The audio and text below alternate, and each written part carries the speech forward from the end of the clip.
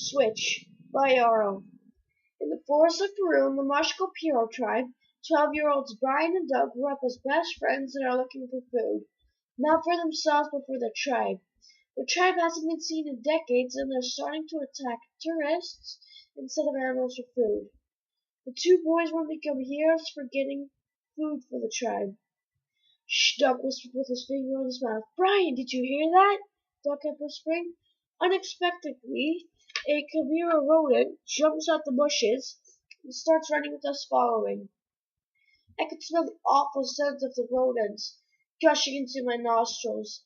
All I could see was the leaves hitting my face as I ran through the rainforest. I suddenly hit a very hard leaf which felt like a tree, and I could taste the blood in my mouth. We were too weak to continue and we left the rodent in peace. Dang it, we should have had that rodent.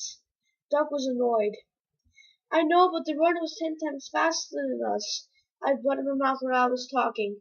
After a while, it became late. Doug and I were still sitting in the feet, which became a deep, deep sleep. Doug sleepily tried to open his eyes the next morning.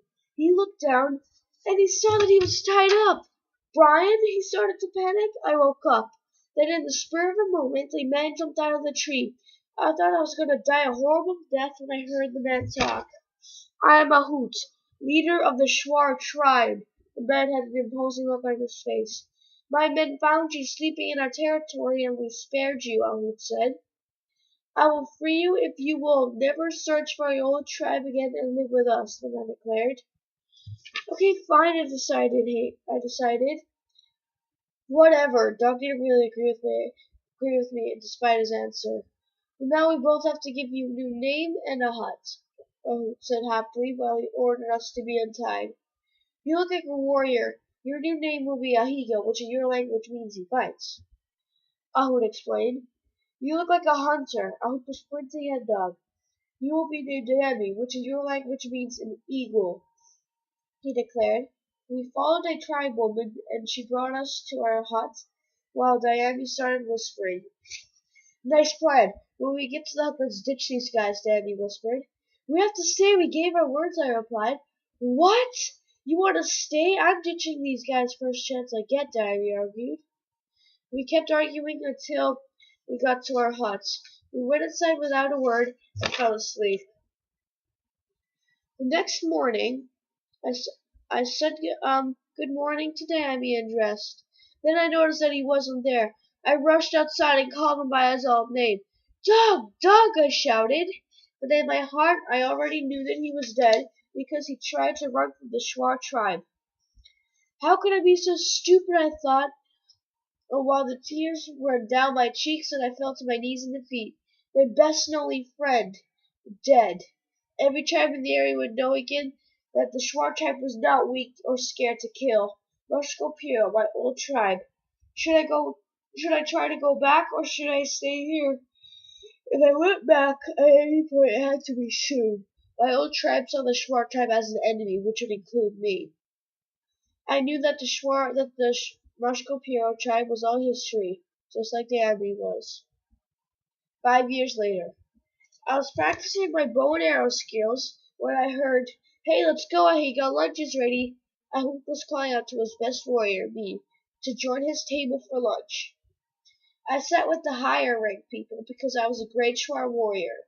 But what made me special was I lost Dayami and I'm still taking out my anger because he left me. Cheers, I suddenly heard Ahoot say. He was trying to build a conversation. Great day of practice so far.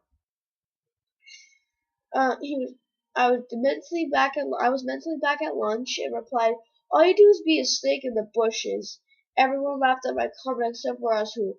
Just kidding, I added quickly. Hey, my name stands for snake, but that's what I strive to be like. Ahoot had a proud look on his face. We all went back when we got the alert.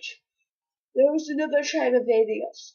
Everyone, find your weapons and take cover. I got my spear and bow. I took them high in a tree and waited, and I saw the first man invading. I aimed at him and waited for Ahoot's attack whistle. There it was, the attack whistle. I suddenly froze. It wasn't just any tribe invading. It was my old tribe, Marshall Piro. I thought I would never see them again. They were dodging the branches and crouching behind trees and bushes if the open air burned them. When we looked at one, it looked as if one person was coming at me from hundreds of directions and all started charging at me without knowing I was there. It was as if they thought that I was the only one in the tribe. Arrows started piercing our flesh. I could hear the blood splattering on the leaves, drop by drop in slow motion. Which community should I go and fight with? I thought about myself and how people from both tribes saw me as a person. I knew that the tribes didn't see the similarities, just their differences. All of these thoughts were going through my mind in a split second, which made me jump out the tree and run. I unexpectedly heard three sets of footsteps behind me. They belonged to Ashkuk, Ahut, and what seemed to be Diami. Then when I looked twice, I saw that it was Diami's brother. The four of us kept sprinting until we all came to a halt. "Why are you guys following me?" I asked desperately to know while I was still panting from all the running. "I couldn't start killing my old people," Ahut said. "You were Mashkopiro, old tribe leader?" I asked, not believing what I was hearing. "Yes, until I was kicked out for not giving good orders," Ahut replied. "You killed my best friend Danny. You're lying." I was so angry at him for what he did. "That wasn't my orders. That was my second in command," he explained. What about you?" asked Cook. "Why did you run away?" I didn't really believe Ahut.